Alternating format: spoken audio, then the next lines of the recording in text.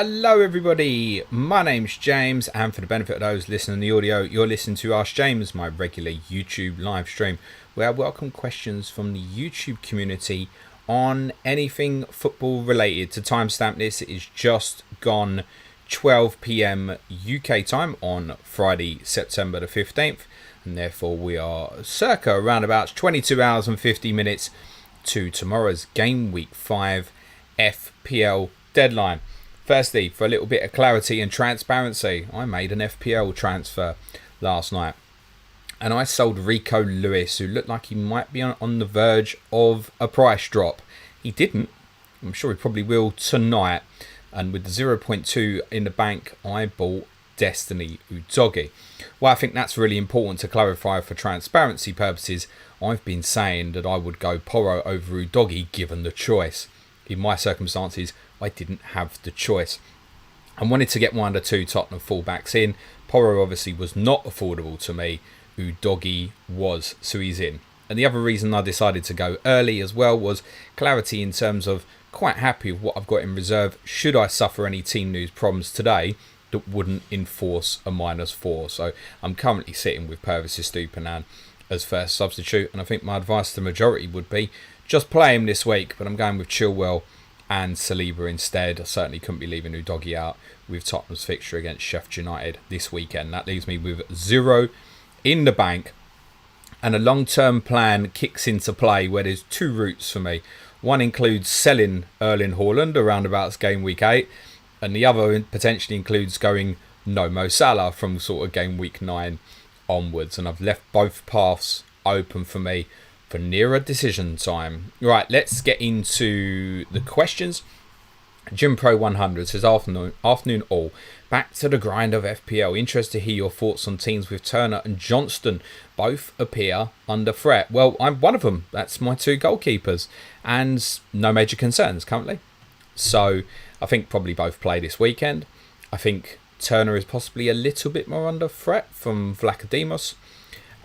Johnston a little bit less so, I think, from Henderson in the immediate. I think, it's both their shirts to lose.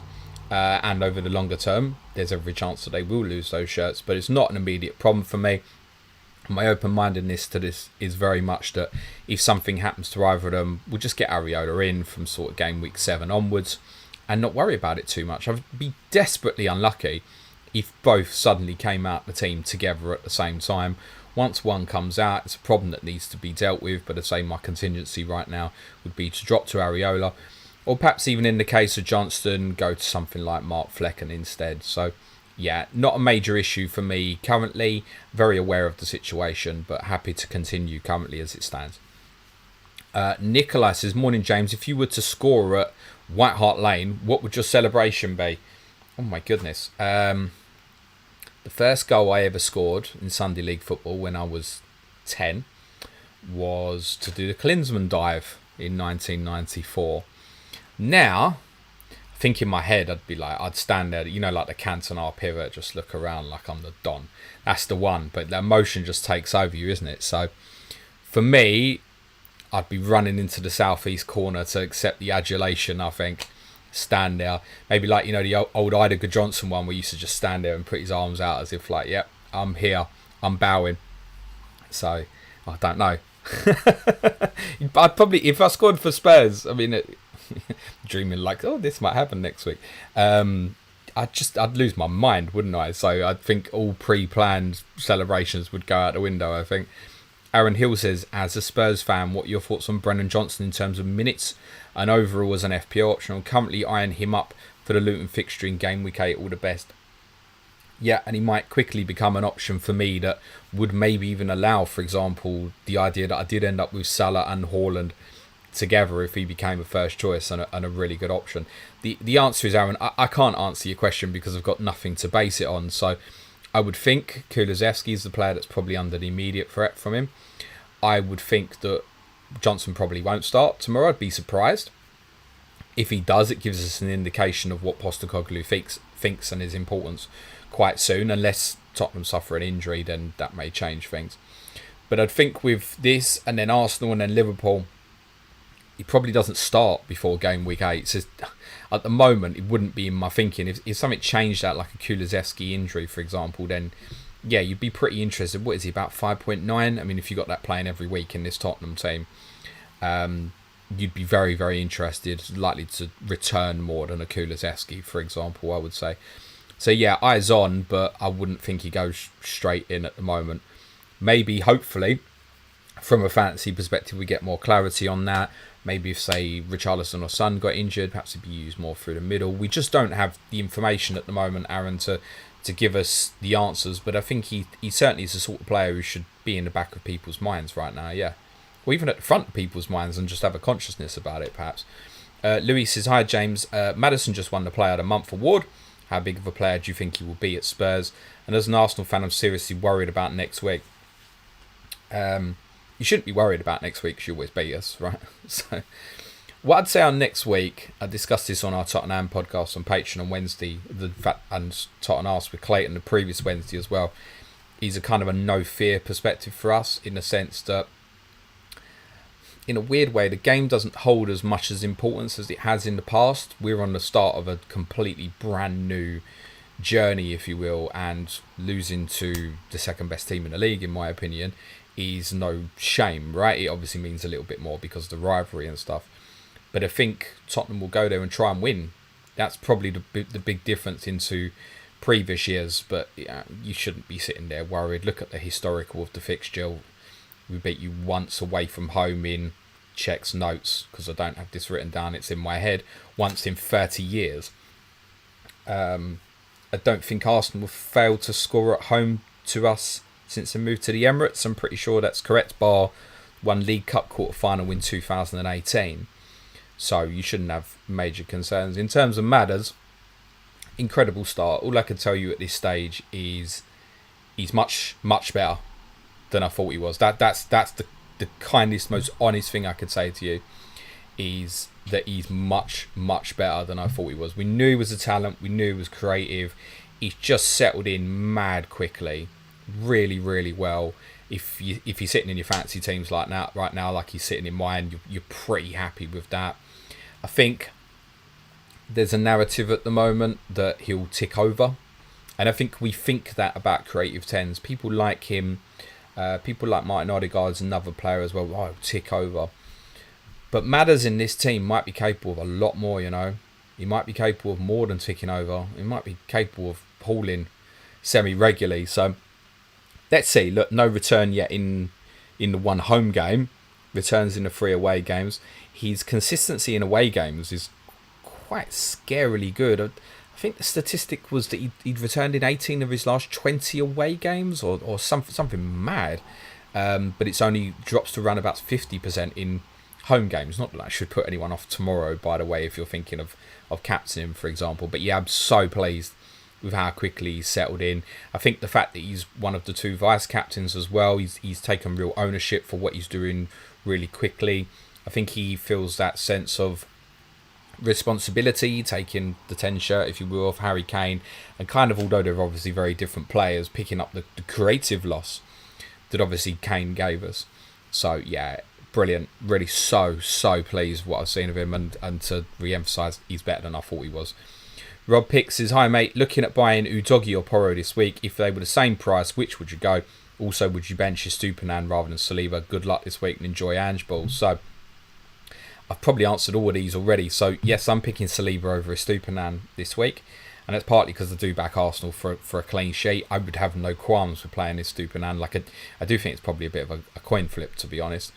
I covered at the start in terms of Udogie and Porro, and I covered it on the intro for the differential show we released this morning on Patreon as well, that yeah, I would prefer to get Porro than Udogie. So if they'd have both been 4.7, I would have bought Porro. I'd have chanced it. There was a little bit more risk in Pedro Porro.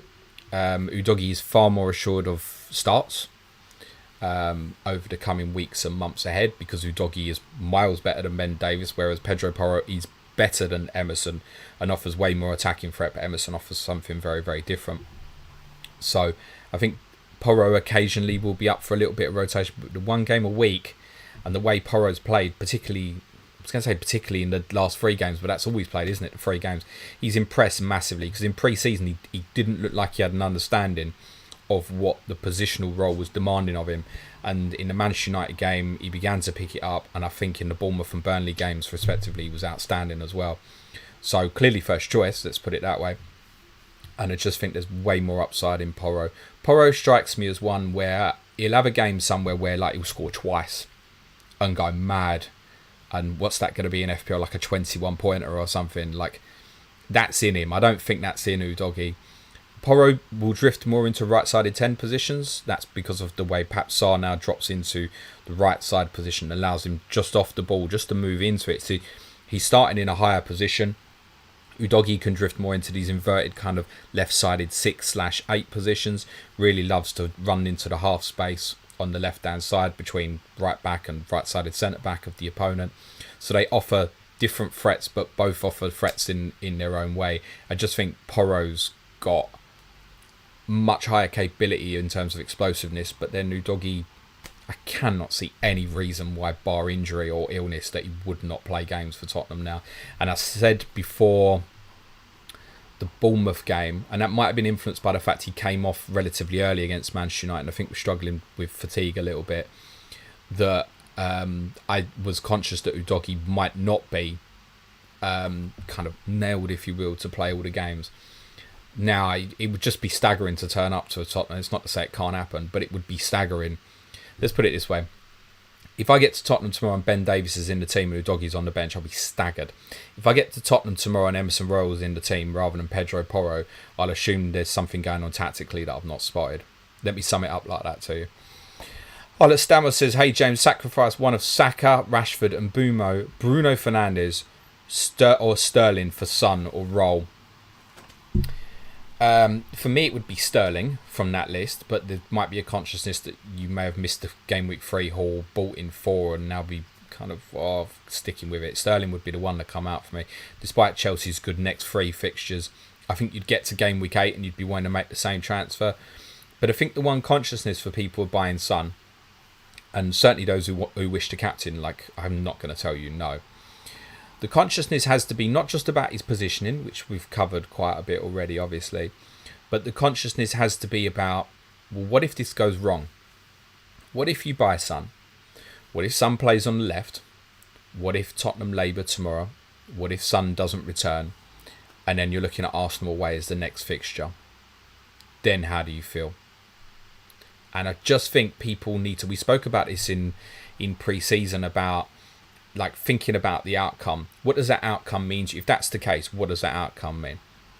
Whereas the flip side, let's say you're like me and not going to go Son. And by the way, if I was, I probably would captain him. It's easier said than done to not captain Haaland, but I think I would go for it this week.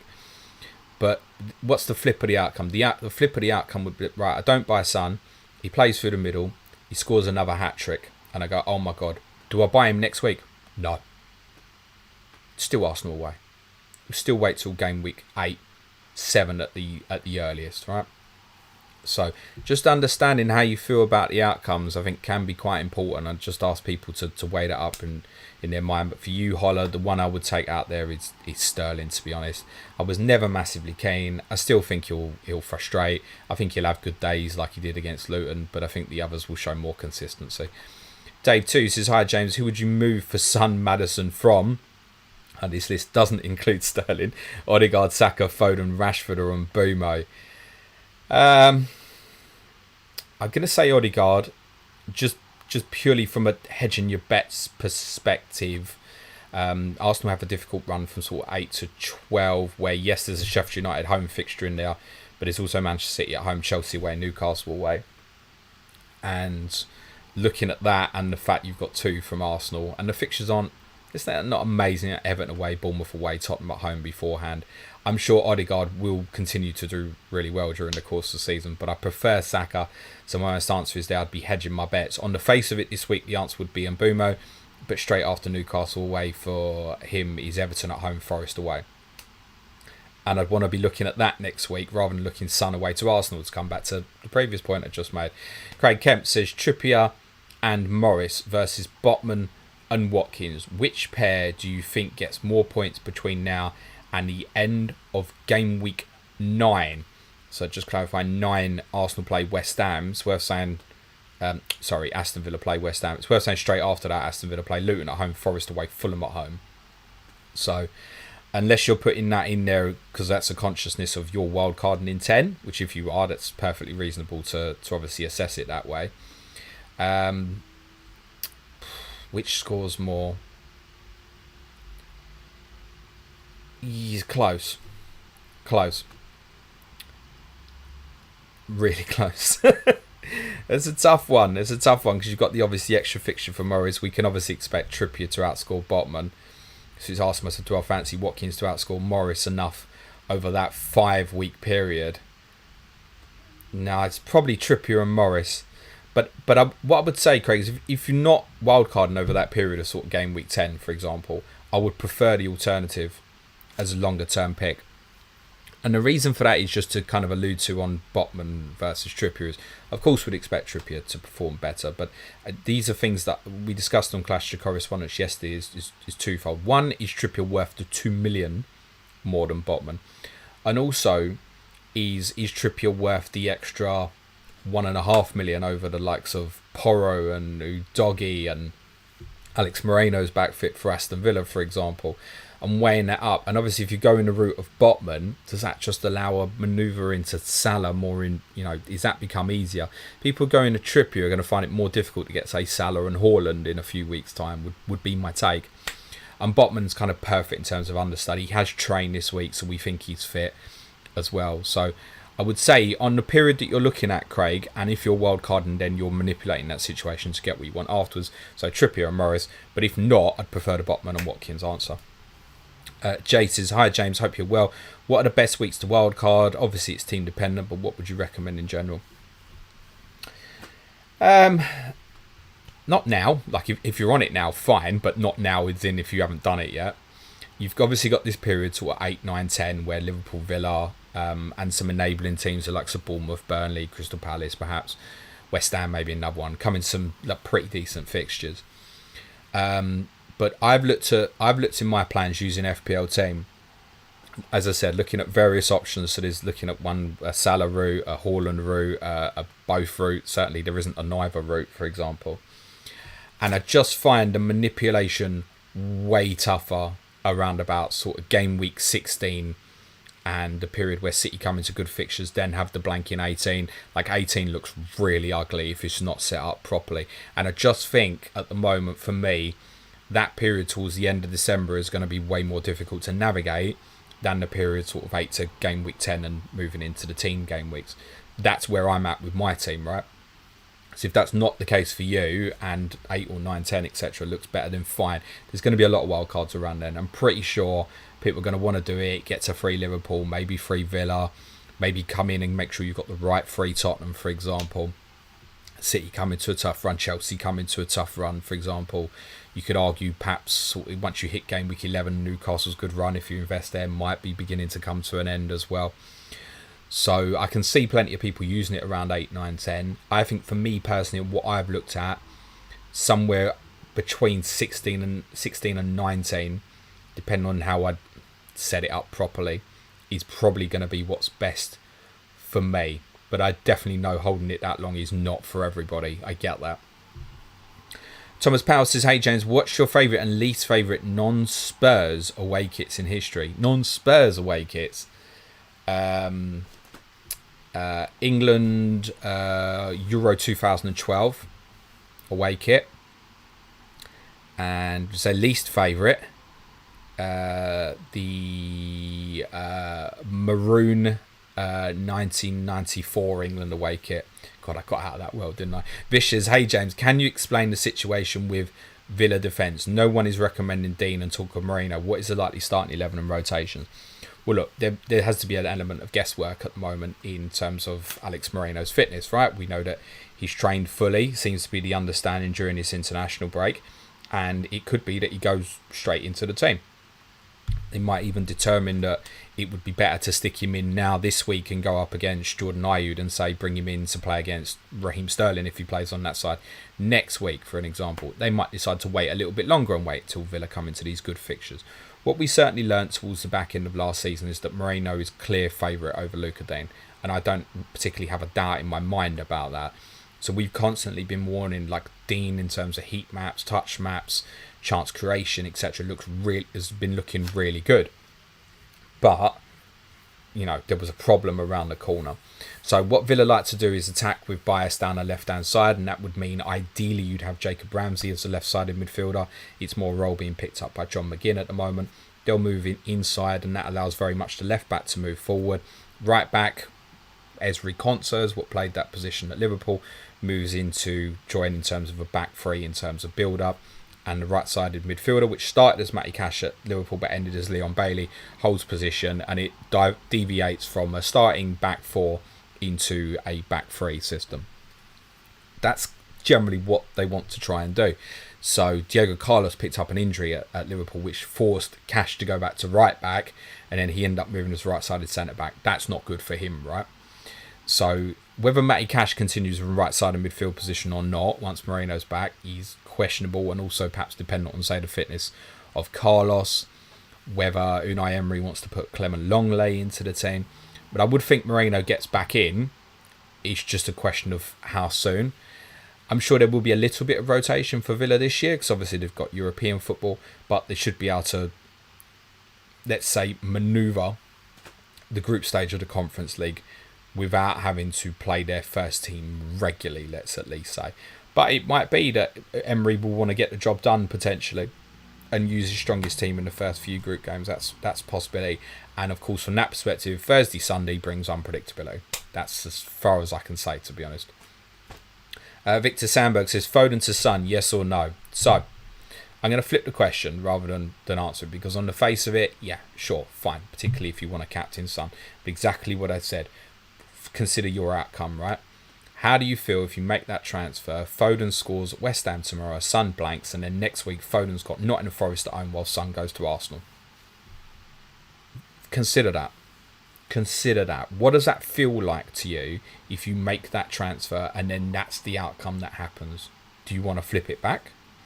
Do you have a different route? Do you want to move off of a Sterling to a Foden next week and do it that sort of way? So you just consider what the outcomes could be and how that potentially will make you feel. On the face of it, Son better this week than Foden, sure. Personally, if I was sitting there with Phil Foden, I would not be moving him. I would not be moving him. Perhaps comparison would be that 0.2 that I've used to go from Rico Lewis to Udogie. I could have gone Rashford to Son. Don't want to be getting rid of Marcus Rashford till I've got more information on Manchester United, what's happening with the right side of the pitch. The upcoming fixtures are brilliant. Rashford's got that Burnley fixture next week, for example. And that's why I've let it go. I've let it go not because I don't want Heung-min Son, but there are players in my team that I don't want to get rid of. Owen Vobe says, hi James, any tactical insight on the West Ham versus Manchester City match and your view on whether they're capable of limiting Haaland's opportunities? Yeah, look, we had a discussion about it this morning on Patreon, in the sense that West Ham are probably one of the best equipped teams to try and stop the bigger clubs in the league. Brentford are another one that they've kind of mastered how to make it very difficult for the opposition in terms of changing their system. West Ham probably don't change into a back five tomorrow. I would still expect system-wise to be the same. West Ham have very much been manoeuvring into a 4-3-3 this season, so we can expect that, and I think obviously in large spells of the game that may end up looking like a 4-5-1 or even a 4-1-4-1. It could even be that Alvarez out of possession decides to drop in between the centre-backs, and it may give a look and a feel like a 5-4-1 possibly even. So can they restrict? Yeah, sure, they're one of the best at doing it, but as we also mentioned earlier in this week, Haaland scored 3 times against West Ham last year, and all 3 situations came from being released in 1v1 situations, and that even includes the penalty he scored where he was on the edge of the box and they still managed to find him in with space attacking 1v1 in the box, and he was brought down. I'm pretty sure it was by Fabianski on that occasion. And the other 2 goals, he's ended up with kind of one-on-one chances from 30, 44 yards from goal and running through. So in the right circumstance, it's how quickly Manchester City release. Because we got to remember, there'll be times where West Ham have the ball and they're not going to sit on their own edge of the penalty area when they've got the ball. So it's on transition how important that is and how quickly Manchester City release him. So look, Haaland is any game. It's any game. Do I think, if you're asking that question from the perspective of captaincy this week, yes, this is the sort of week that you can take it on. My principal thinking on Haaland ideally, and I may feel differently over the 8 to 15 period if I've got rid. Home game, don't question it. Away game against someone else who could be in trouble fighting for relegation, don't question it. Every other game, question it. And so that will include West Ham. Neil Thompson says, afternoon, should I buy Maddison for Foden? Got Mitoma, Rashford, Saka, Odegaard. Same thing. Same thing about the Foden to Son. Ask yourself again, put yourself in the position. Now, at least with Maddison, we know what we're getting. And what we mean by that is in terms of positioning, right? He's playing as a kind of left half space 10 at the moment, who will have different tasks in certain games, like against Bournemouth. He had to drop very deep to help with Tottenham's build-up because of Bournemouth's press. In the Burnley game, he stayed higher, kind of sits along his teammate, whoever's playing up front, whether that's Richarlison or Son, as first line of defence off the ball. That becomes like a 4-4-2. From that perspective, we know exactly what we get from Maddison. We do not know if Heung-min Son at Burnley up front was a one-off or not. We just don't. None of us can say with 100% certainty. I could say to you 80%, for example, and that's how I feel, that Son will play through the middle tomorrow. Can I say 100%? No. Maddison, we can be very sure, bar little tweaks, exactly what we get. So if you see Maddison as a long-term choice right now, I can't particularly put you off. Would I want to move Foden right now? No. Again, it's similar to the one earlier. I'd arguably be more comfortable losing Mitoma, if that's viable. Or again, as someone asked previously, you've got Saka and Odegaard. Could I cut one? Fish says, is the priority to getting a Newcastle defender or Villa one for the next 6-ish game weeks? Well, the answer to that probably lies in terms of the other defenders. So for me, it was a case of Lewis to Udogie now, or Lewis to Botman next week, or Lewis to Bayer or Kabore in a couple of weeks. At one point or another, Rico Lewis was going, right? So it was just a case of when and who to. So timing's quite important from that perspective. So if I'd have gone and bought Botman now, he wouldn't have started for me this week. I'd have started Stupin on away to Manchester United. So it would have been no point me making that transfer now. And I think that helped make my decision in terms of going for Udogie now. In terms of right now in the immediate, probably preferred Newcastle from a timing perspective than Aston Villa. But you may want to bench Moreno as an example in 6 and 7. You might have great cover. Whereas you might not have great cover, so perhaps Botman would be more useful for you for Sheffield United away and Burnley at home. So the rest of, as ever, the rest of your squad's half going to give you the decision here.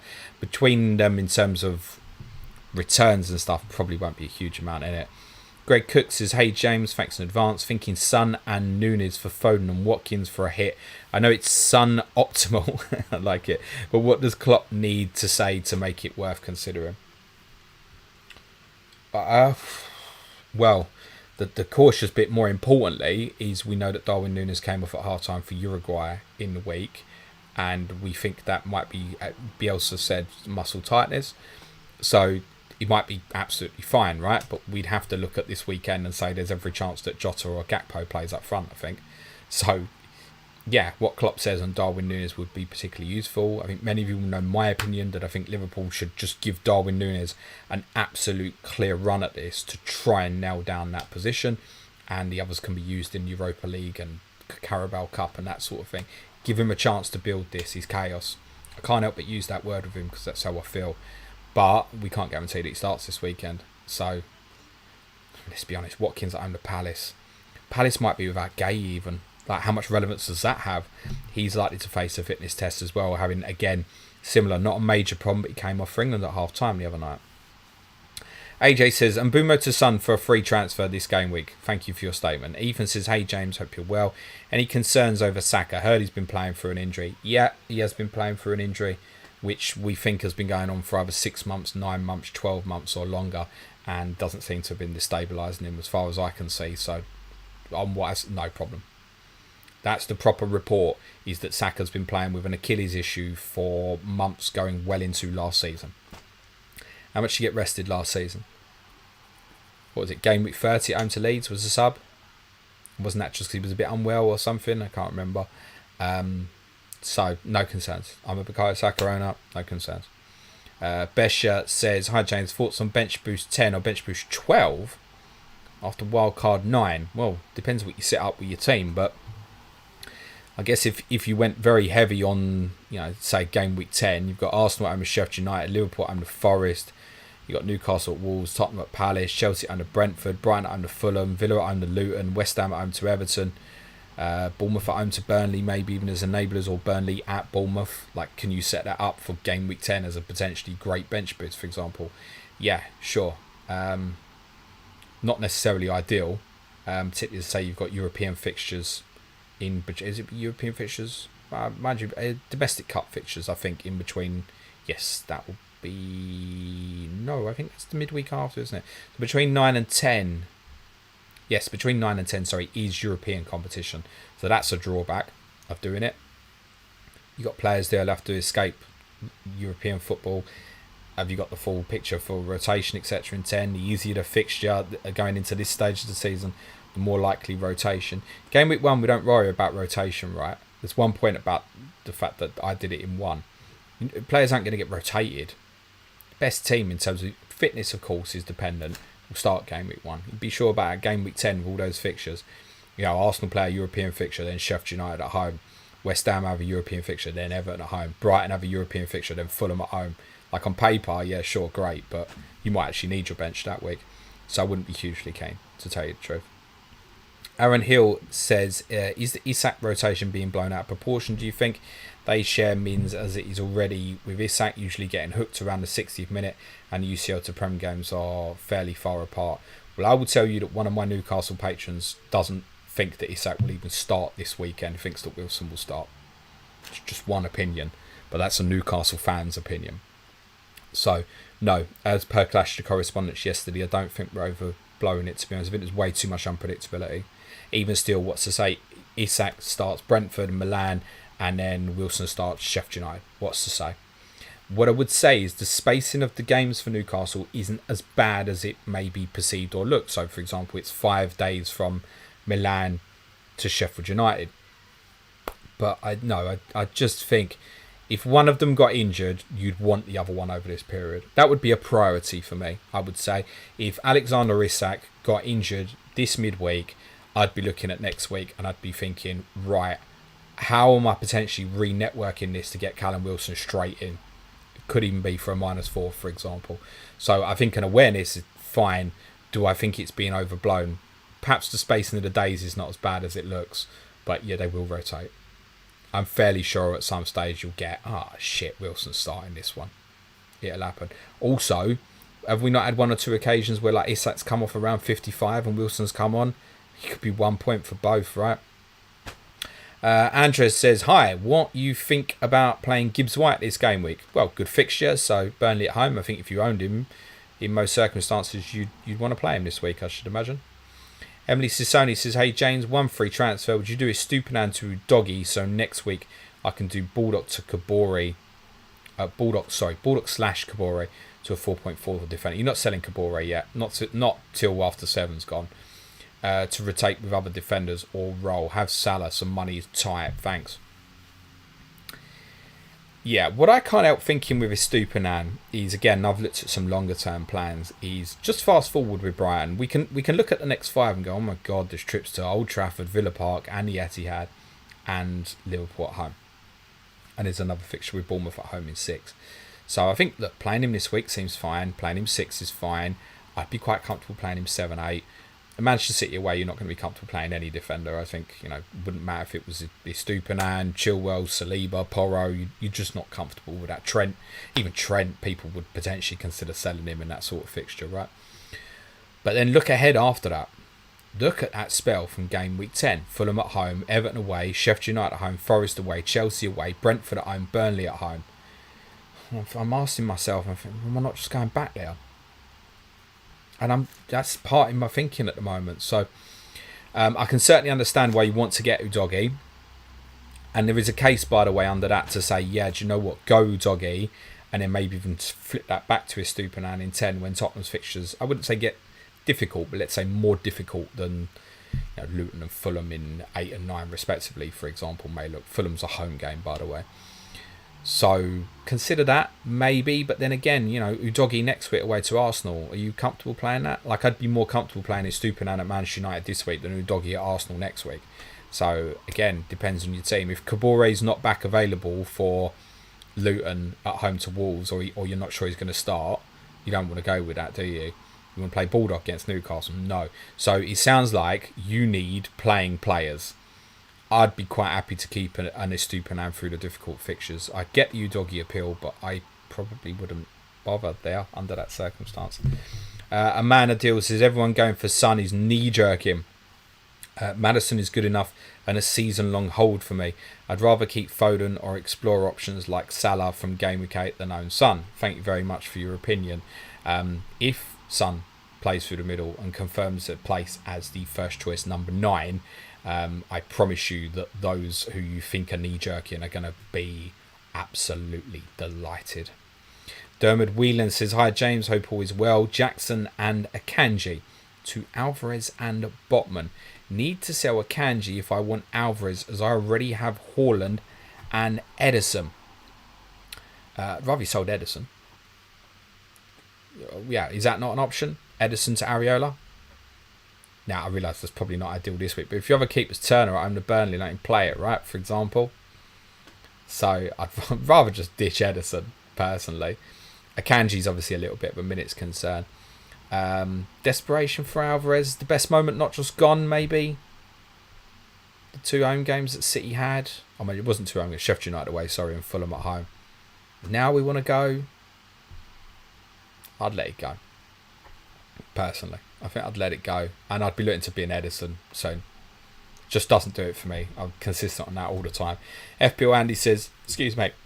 Afternoon, James. Thoughts on whether this is the week to go against Haaland? I'm currently on Maddison captain. I think it's fine. Just sit down and ask yourself, look, that truthfully, what do you think Haaland scores this week and what do you think Maddison scores? Now, if you come to a conclusion where you're like, whoa, I think Haaland maybe scores and gets 1 bonus point, it's 7, and Maddison maybe scores and he gets a clean sheet point and 1 bonus or something, it's 9, right? Ask yourself, Maddison 9, Haaland 7. You want to take the risk for that? That's generally how I'd feel about things. So, but to flip that, as I said earlier, I think Maddison has, to me, shown already. Remember, he had more shots at Burnley than Son did. Shown that he probably is capable of more than taking over. So if you're sitting there and you're thinking, well, I think Maddison gets 2 returns. Right. And you only think Haaland returns once. Now we're talking about a gap that certainly makes it worthwhile. So just sit down and think about it, right? You know the risk, right? Anytime you go against Haaland with this absurd ownership, you know what risk you're taking. Kanji FPL says, what are the 2 best 4.5 million defenders as 1 week punts? I'm going to say Anthony Robinson of Fulham. And I'm quite tempted to say Kenny Tete of Fulham, to tell you the truth. Maybe Serge Aurier. Forest, maybe. Although I feel like he might have gone up in price, actually. I'm not sure how comfortable I'd be going any other Forest defender. Levi Colwill, possibly. It's a bit dull, wasn't it? So it's Botman at the moment. So I'm going to say, do you know what? Sorry, I'm going to say Anthony Robinson and Kenny Tete. There you go. Adam says, hi James, do you think João Pedro starts? Well, look, it's very dependent on the team news. We think Welbeck's fit. Ferguson less sure of has been the information during the course of the week. We also don't know the potential role for Ansu Fati and how that may affect things, but I'd imagine he probably doesn't start, would be my guess. And that's Ansu Fati, rather, to clarify. So I think João Pedro probably would start, probably yes. Rami says, who do you think will finish 3rd after Arsenal City? Liverpool. I had a good look at them yesterday and kind of late into the night on Wednesday, comparing Liverpool's games with Villa from game week 4 and from May. And there are some tactical things happening with Liverpool that are quite interesting in terms of manipulating space for Trent in the right-sided centre-back position, not just in terms of inverting into midfield position. Some cute things that Dominic Szoboszlai is doing, perhaps even dropping into right-back. Whereas Liverpool would commonly have been building with a 5, they might sometimes be building with a 6 now. That draws a different type of press that may allow some space and more 1v1 duels higher up the pitch. So I think what Klopp's shown us over the last, let's go back to April, has shown that he can begin to use more variation than what we regularly saw was 4-3-3s, and of course that had nuances and stuff. But we've seen some real kind of tactical evolutions. I think it would be important for them to keep their best players fit, which primarily at the moment would be important. Those new midfield signings like McAllister and Szoboszlai, I think it's a gorgeous player. Liverpool. Liverpool got the firepower. They can get it right defensively. Got the firepower. They've also got, speak about this all the time, that knowledge and know-how of, can you win 6-7 games on a bounce or something like that. So Liverpool are the only other ones I could see really challenging for Manchester City. You know, if Manchester City would slip up, I could only see it being Arsenal or Liverpool that won the league, and I wouldn't rule Liverpool out because of that. They've got that knowledge, plus they've started well, right? Liverpool's 10 points from the 4 games they've had, which has included Chelsea away, Newcastle away, Aston Villa at home, is a really, really good return. And if we spoke about this, if they could get beyond sort of the Tottenham and Brighton fixtures 7 and 8 and be able to see Manchester City when Liverpool's fixtures get really good and Manchester City's fixtures get tough, Liverpool are in a title race. So these next few weeks are really important for them. Gareth says, hi James, bench one of Foden, Nunes and Saka. Oh my God. Find a different solution is what I'd say to that, mate. I think the sensible answer is Nunes because he's the least likely to free to start. Yeah, generally. I would hate that. Greg Frost says, do you expect Evan Ferguson to have a breakout season? I think he's already had it last season, hasn't he, mate? He's super talent. Colin Johnson says, hi James. This is Lay, Gabriel Estupinan. Neither of my type, to be honest, Colin. Play. I'd play Gabriel, I think, personally. FPL Rank Chaser says, hey James, hope you're well, sir. Do you think bringing in Son this week should be our priority if you already have Maddison? I'm going to skip it, mate, because I think I've obviously done quite a lot of Tottenham chat, which I hope's kind of helped you kind of come towards your decision, but thank you for the question. Perlo's Pen says, after listening to the differential show, you have my finger hovering over Saka to Son. Oh, God.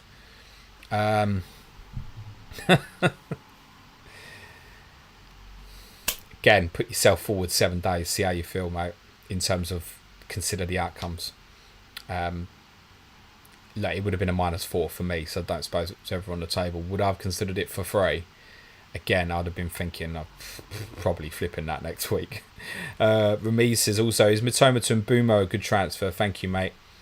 Yeah, I spoke about this on one of the pieces of content earlier. I think it was Clash of Correspondence yesterday. Yes, it was. Because Tom Med referenced Mitoma being a potential reason not to go for Mitoma, because he's the sort of one that could haul at any point. And I said, well, you know, that's the position I'm in. And what we discussed was the problem of moving Mitoma to Mbumo. So Mitoma's got Manchester United away, and Mbumo's got Newcastle away. Well, to be honest, I think that the fixture, I think Brighton's more likely to win than Brentford. Let me put it that way. So I wouldn't want to move that. Then next week, sure, Mbumo comes into Everton at home, but Mitoma's got Bournemouth at home. Like, does that become an easy move necessarily? Now then, Mbumo goes to Forest away, which can be stingy, low block, that kind of thing. Whereas Brighton will play Aston Villa, who, again, it's more difficult fixture, but high line, right? Then Mitoma plays that against Liverpool, whilst Mbumo goes to Manchester United. I just feel like it's one of them that's close enough at the moment that there's no need to do something.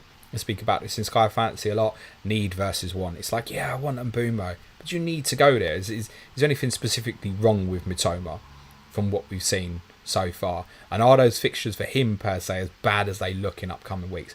Then once you've held us long enough to sort of game week 8, it's only Manchester City to navigate.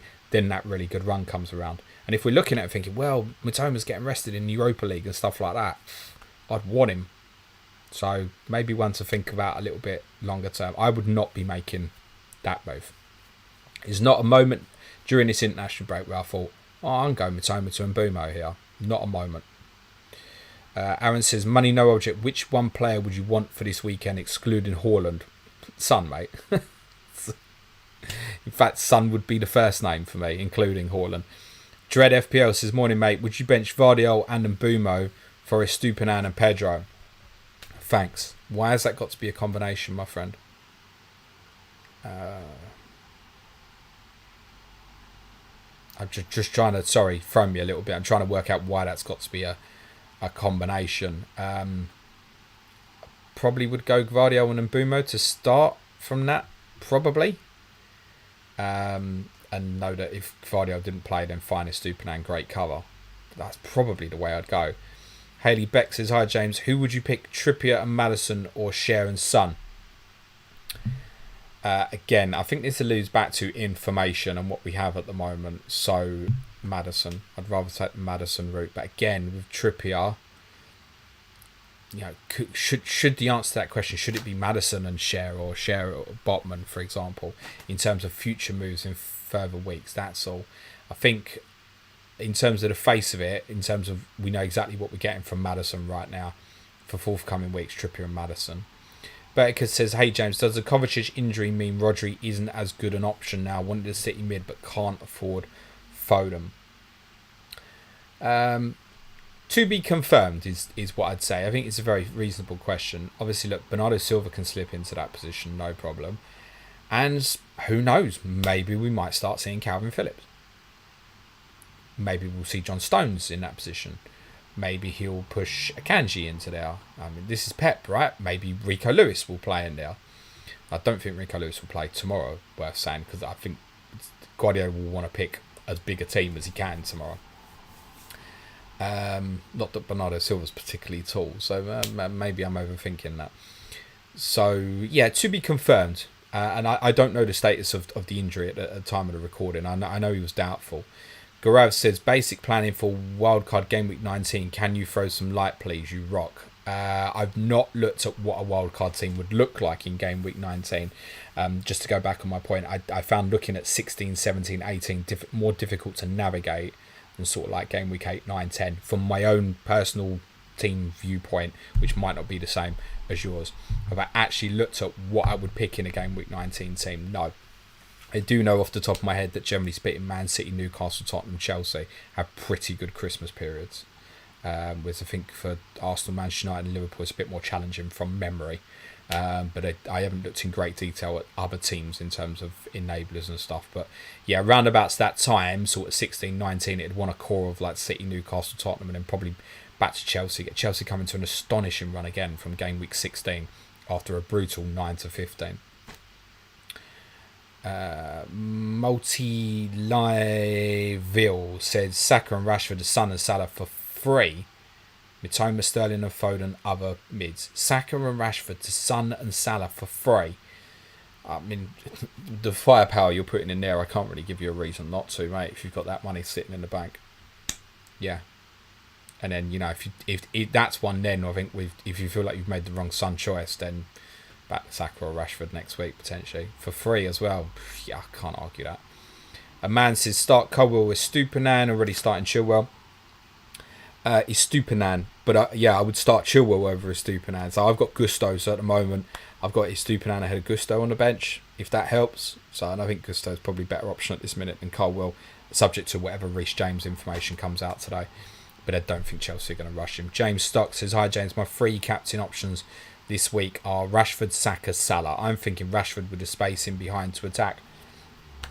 Sure, why not? I mean, my personal opinion is that I think Brighton will go there and beat them, which I've been saying for weeks. But it could easily be that United completely expose them over the top on the counter and win comfortably, and Rashford does really well off of that.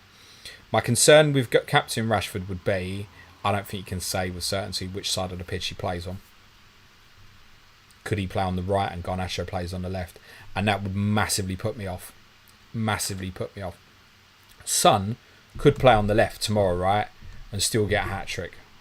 But there's little bits there would put me off the captaincy with Manchester United. In terms of could Rashford end up playing on the right because of this ongoing situation with Anthony and Sancho and Mason Mount's unavailability as well. So from what you've got there, from those three, personally I'd be on Salah. Dread FPL says, and Ludogi Cap, too crazy. Spoiler for you, Pedro Porro will be on the captaincy picks for tomorrow, unless Ange Postecoglou says that he's injured. He'll be there. It's not as wild as it stands. If you were ever going to captain Destiny Udogi or a Pedro Porro, this would feel like the week. So I'm not going to say too crazy. Angel Ross says, hi mate, can you predict an 11 of the top FPL point scorers by the end of the season? Apologies, a bit long. Okay. Addison, Trent, Trippier, Porro, Salah, Son, Maddison, Saka, Foden, Haaland. Do we put another forward in there? Or do we put another defender in there? Fuck it, Darwin Núñez. Why not? Why not? Woodstock One Chris says, hello James, hope you're well, mate. Would a move for Maddison and sell Foden or Salah? Sorry, I'll repeat that. Would a move for Maddison and sell Foden or Son, selling Rashford for a -4? Thanks, a good luck. So I think, sorry, I needed a comma in here, Chris. So sell Foden for Maddison, or buy Son for Rashford for a -4. I think that's what you're asking. Again, it's going back to the outcomes. I certainly would not be going -4 Rashford to Son, personally. Unless you're absolutely certain in your mind you want to captain him. Will Shaw says, if you were watching your favourite streamer, what would you ask them if they're happy? Sure, why not? Why not? Probably sick of getting all these football questions. Someone would say, how are you, James? No, I'm fine, I'm only joking. Yeah, I probably would. Like, how are you? It's a nice first question, isn't it? Please don't all just smash into the chat. By the way, if you've not got your question in, there's no chance I'm going to get to you because I'm going to wrap this up in about 8 minutes. FPL says, hi, James. I saw your comment on Porro the other day. Do you think Ange will rely on him much more than Royal? What's your opinion on the Brazilian anyway? Which type of match will he start in? It'll come down to tactical things, which, to be totally honest, is more Ange's bag than mine, in the sense that I'm alright at analysing afterwards, not so good at predicting perhaps beforehand. I think it would be reasonable to assess. So what we've seen so far was Emerson start against Brentford. Okay, now Brentford played back five. Both Tottenham's fullbacks really tucked in and inverted, and I think we can probably expect to see more tomorrow. But to feel the most important point that I already made was on this stream was that Porro in pre-season didn't look like he was going to grasp the understanding of the position. Now he does. And I think that's the most important thing. Is since the Manchester United game, it's like a light bulb's gone off. And I think arguably across the Bournemouth and Burnley games, combined across the two, he was arguably Tottenham's best player. So that's why I think he's ahead of him. I like Emerson Royal. I've sat on these streams and podcasts several times over and really defended him in terms of his defensive work. He's better than giving credit on it. The problem is, because Tottenham were playing with wing backs, everybody wanted a wing back who was going to like deliver like Trippier and things like that, and that's not his game, right? It's not his game. When he was bought as a right back, not a right wing back, and so I think he was a bit of a scapegoat. He's really turned it round with his effort, his enthusiasm, and his performances, in fairness, within the Tottenham crowd. But Porro's performances might change that narrative backwards. And, oh, where's Emerson playing? Well, if he is, there's probably reasons. And it might be 1v1 duels defensively. It might be for a little bit more protection cover. So, I mean, like, for example, I would say Royal was more likely to play against Arsenal away than he is tomorrow, despite the fact the similarities would be with the Brentford game for tomorrow rather than the Arsenal game, as per se. So, it's 4 games. We haven't got a full picture as yet, and I think Ange on occasion will pick Emerson. Saying when would be difficult. I don't think it'd be tomorrow.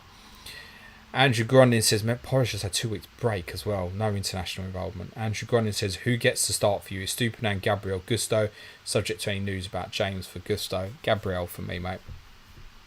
Kayman says, hi James, would you transfer Bowen out for Diaby this week or roll the transfer? I've got Visser and Anderson on bench, but would probably still play Bowen. Yeah, Jared Bowen's a kind of any game merchant. West Ham come into a really good run from 10, which is kind of peak where Villa's run peaks as well. So I'd have a conscience of that. I think any doubt, let's just carry on, mate, as you are. JP, I would captain Son over Maddison. Adi Tor says, hi James, would you do Watkins to Awoniyi or Walker to Bayer in Sky on Monday? Thanks. Both give reasons to move. I would say probably Walker Bayer's probably better doing after 7, as in after Man City play Wolves and then buy Bayer on the Tuesday against Luton. Watkins to Awoniyi, yeah, I can see that. You could definitely see go Awoniyi for the 5 games, and then go back to Watkins on that Sunday when he plays West Ham of that same weekend. Yeah, I can see that. So Watkins to Awoniyi Monday, yeah. Walker to Bayer, I'd wait on. JP says, do you think Watkins, Bowen to Son, Awoniyi is worth it? No, because I probably would have done it. Jamie Anthony says, hey James, you brave enough for Son captain? I'm going into the weekend as it stands without Heung-min Son. So the answer is no. So that's my easy get out. I'd like to think I would be, but it's easier said than done. I think I would do it. And I'd be okay with the consequence and the decision from that perspective. But yeah, it's not a 1 week decision for me. And I need a bit more Heung-min Son information. I need Richarlison information. I need Brennan Johnson information. That's why I've not gone there. James Stock says, would you bench Alvarez this week after trip to South America? God, sorry, I was reading that. I'm thinking South Africa. I know that, for example, Richarlison was back in training yesterday morning for Tottenham. I wouldn't have huge concerns, really, from that perspective, to be honest. So, no, I think to go back on the... I've not seen, but if Kovacic has been ruled out for Manchester City, that only increases his chances of minutes. So, no, I'd play him, mate. Adam Warswick, you don't need to write in capital letters, mate. It drives me nuts. Alright, Geese, top work, much appreciated. Okay, you're forgiven. Front 8 of Saka, Fernandes, Diaby, Foden and Bumo, Haaland, Jackson, Alvarez. I want Maddison, probably getting him, but who for? Then who do you bench? From what all you've got there, and in this moment in time, yikes is the first thing I want to say. Diaby, bench and Bumo. Scrimmed out on it. Actually, I'd probably bench Jackson out of that, to be totally honest, actually. JP says, do you like to be the main man at the Sunday roast like Matters? Yes, of course. Of course. I need to know where that gravy's at all times. P. Jeter says, Foden to Son on free transfer. I've covered this. I'm going to skip. Chris Briggs says, afternoon James, I feel lost in my transfers. Got no problems in my team, but got 2 transfers to use. Feel like going to Fernandes to Diaby and Jackson to Nunes. So you need information on Nunes covered earlier. You want to go Fernandes to Diaby? You go Fernandes to Diaby, mate. Andrew Sands says, non-FPL question from the phone at work. How's young Harry getting on at school? Yeah, he's doing fine. For the benefit of patrons like yourself, Andrew, I should hopefully have a little bit more information later today. But he's all in terms of the school timings and stuff like that. But he's doing absolutely fine. He's doing really, really well. He's happy. We're good, mate. He's good. FPL Hazard says Nunes might be injured, Chris. Yeah, exactly. MRCX says, hey James, who would you bench, sell out of Saka, Odegaard, Bruno, Sterling, Mitoma, Jackson, Watkins? I'd sell Jackson, bench Jackson. Actually, no, that's quite harsh because his underlying data is really good. It's just in comparison to the other players, it would be the player that I'd get rid of that, to tell you the truth. Adam says, hi James, which would you pick from Bowen to Son and Saliba to Botman?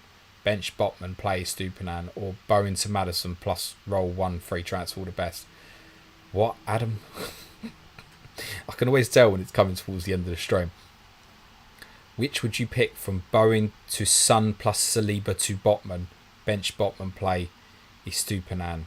So you're trying to force Son in. Okay, right. Or Bowen to Maddison plus roll 1 free trade. Yeah, just get Madders, mate. Get Madders. Akshara says, keep Dominic Solanke or sell him for Rodrigo Muniz or Neil Maupay. You decide. Yeah, Cameron Archer, mate. I think Muniz, I've mentioned it on Monday's pod, is really worth keeping an eye on in case something happens to Jimenez. 4.4, and I think he'd play up front. I think he'd be ahead of Carlos Vinicius. But I cannot take this question seriously. Hollistammer says, in your opinion, name 3 best goalkeepers in England history. Banks, Shilton. It's difficult because they're both kind of really before my time. It'd have to be those 2 first, I think. I